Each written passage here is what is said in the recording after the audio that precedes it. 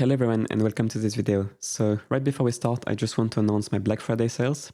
So until the 2nd of December, you can get my main flagship course, Trailer Music Mixing, which really focuses on orchestral music mixing in general, but also trailer music. And my latest mix deconstruction for the BBC SO. So this is a track that was a demo for the Spitfire Audio BBC SO. It's more like soft film score-ish orchestral style. So if you're looking to learn orchestral mixing, I recommend you check all of these out in the description and see if that's something you would want to buy and save 50% on. All right, let's move on to the video. So this video is a bit of a follow-up to the glue compression video, and we're going to be talking about mastering in orchestral music, but also mastering in general, and how to use limiters, how to make your music loud. So one thing you need to understand about limiters is that, so we use limiters to make things loud, but what limiters also mainly allow us to do is that they allow us to push the track to a good playback level, because the thing is nowadays, all streaming services are going to be averaging your music out at minus 14 long-term LUFS. So LUFS is a loudness value. It's basically like decibels, except it's balanced for the frequency response of the track. So basically, because different tracks have different frequency responses, LUFS takes into account that, and it kind of prioritizes the louder, more sensitive frequencies like 4K, like the ear is more sensitive at 4K. So that will feel like a higher intensity, and that will be counted as more LUFS, if that makes sense. So LUFS is like dB, except it's balanced for the frequency response of the track, so it's more accurately rating loudness. So there is long term, as I said, which is what streaming services use, and that's going to be the average loudness of the whole track. So if you play the whole track through it, through like a loudness meter, and you don't stop it, you will get eventually will get the long term LUFS value. And short term is only across a few seconds. So as you can see, my voice right now is minus 14, minus 15. But yeah, because there is this volume balancing that's being done right now in streaming services, you don't actually need to make your track too loud, because if you make it too loud, it will be turned down to minus 14 or minus 13, depending on the streaming service, but it will be turned down anyway. So that's something you need to keep in mind. You don't need to push your track against limiters, because like the benefits you might have of loudness, which are not even worth it, because you would crush your track if you push it too much. These benefits would actually even be nullified by the streaming services or YouTube or any platform really, just lowering to the standard, which is going to be around minus 14. So now that's out of the way, let's go into what limiters actually do. So limiters are like compressors, but they're compressors with a very short attack and release. So they just kind of surgically target the peaks. And of course they can affect the sound. So the more you push your track into a limiter and the more you have gain reduction, the more you will be flattening the dynamics of the track. So what you need to make sure when you use a limiter is that you never affect the sound negatively. And to be sure of that, what you need to do is you need to compare the track that's limited with the track without limiting. So a good way to do that is use a plugin like Perception. This plugin is really good. What it does basically is that you put this plugin here at the beginning of your master chain, and you put another plugin called the Perception Controller. You put it after your limiter, after the whole master chain basically. So you can do it on the same bus, or I like to put the controller on the master right at the end. And what that will allow you to do is basically just bypass the whole chain. And that will allow you to compare the track with and without your limiters, your glue compressors, or anything at the exact same LUFS. So this plugin is going to be LUFS matching your whole mastering chain. And that's really useful, because the thing is, loudness will kind of fool you into thinking the track sounds more impactful, when your limiting is actually removing some punch and removing some power, maybe, if you overdo it. So yeah, the thing is that minus 14 target I was talking about, which streaming services normalize the tracks to, is actually quite easy to achieve, even with very dynamic tracks, which mean tracks which have like a quiet intro and loud parts. So it's actually quite easy to achieve. So what that means is that you really don't need to crush your track anymore. So what you need to do is just master the track like you normally would.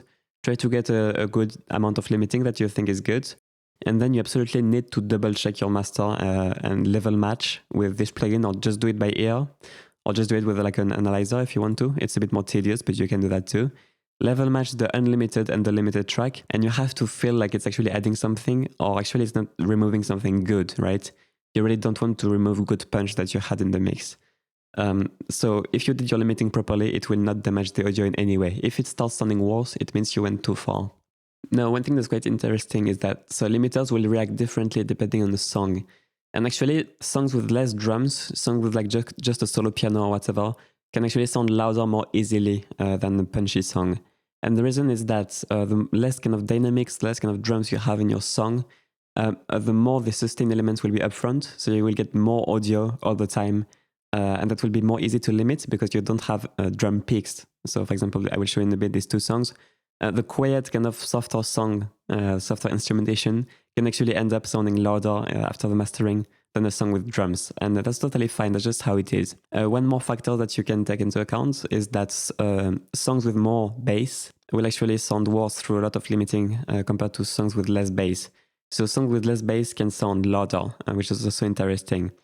Now that doesn't mean you should change your mix or like completely change your EQ so that you can push the track louder, right? That's not the goal. If you know that your frequency balance is good and it's fine, that's how you want the track to sound, don't just change the frequency balance to make it worse just so you can push the track louder. But it can be a good indicator if you really can't push your track. It could be a good indicator to check the bass, because if you have too much bass, you can't push the track as loud. So just something to note, bass doesn't allow as much headroom, drums don't allow as much headroom, and actually the track will end up sounding a bit quieter than a track that has a lot of sustain elements, which is completely fine. All right, so now let's do a few demonstrations. So just to make it a bit more obvious, I rolled off a bit of bass on the quiet track, and on the metal track, I actually boosted a tiny bit of bass, so you can really see what happens with the headroom. So let's play this one through the limiter and see what happens.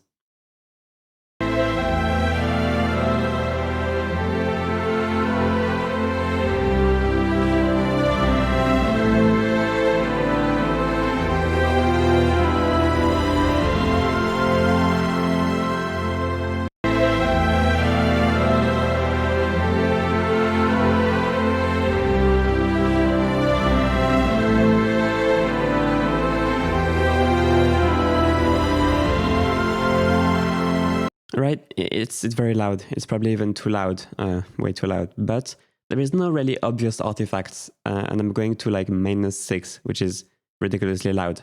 And now let's see how the bassy track does.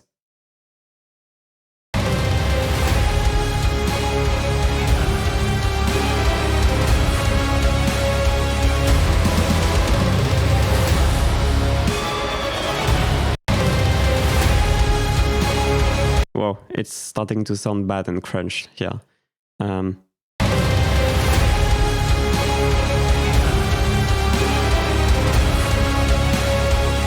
see, I'm actually having to do much more limiting than the other one. And I'm pretty sure the other one still sounds louder. Let's see.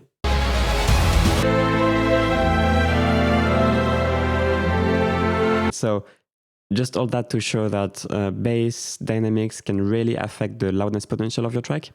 So that doesn't mean you should really change the frequency response of your track. If you know that your mix is good, that's the frequency response you want, you don't have too much bass, etc., etc. That's good.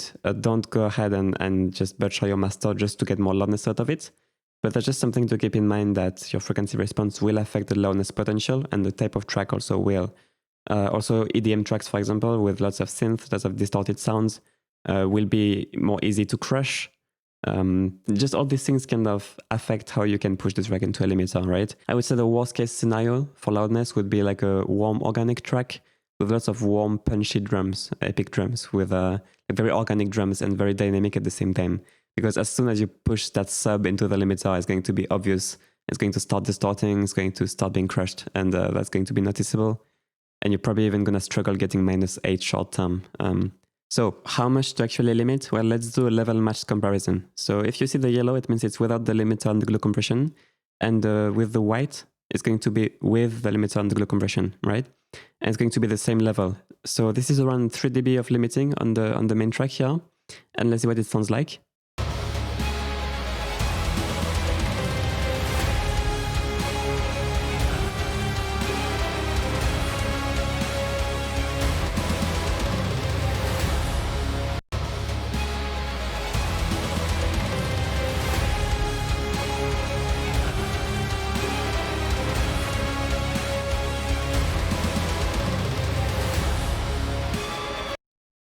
All right, so that sounds good to me. I think the glue compression and the limiting are actually almost making the track feel a bit more scoped, almost making the lows a bit more round, still very dynamic, dynamic enough at least.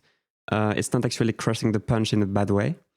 So that's a good amount of limiting, right? And I'm getting the track around, like even dipping into the -7 short-term LUFS, which is loud. So that's really good. Now, the thing is, if you try to do too much limiting, this is what happens.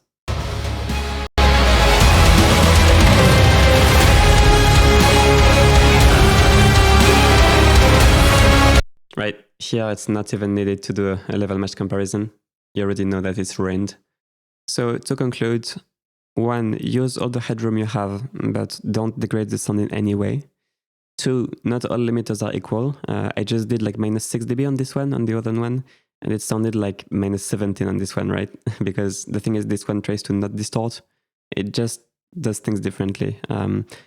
Of course, it might appear like it's more doing more gain reduction here, and not actually as loud as the Ozone one. But the Ozone one will show less gain reduction and actually sound louder. It's a bit weird, but the point is, look at the output, the short-term LUFS and the long-term one integrated one. See if you are within the targets, which is louder than -14, which is quite easy to achieve with nowadays limiters. Don't degrade your sound just because you want more loudness. And yeah, that's pretty much it. Alright guys, so I hope you liked this video and I will see you later. Bye!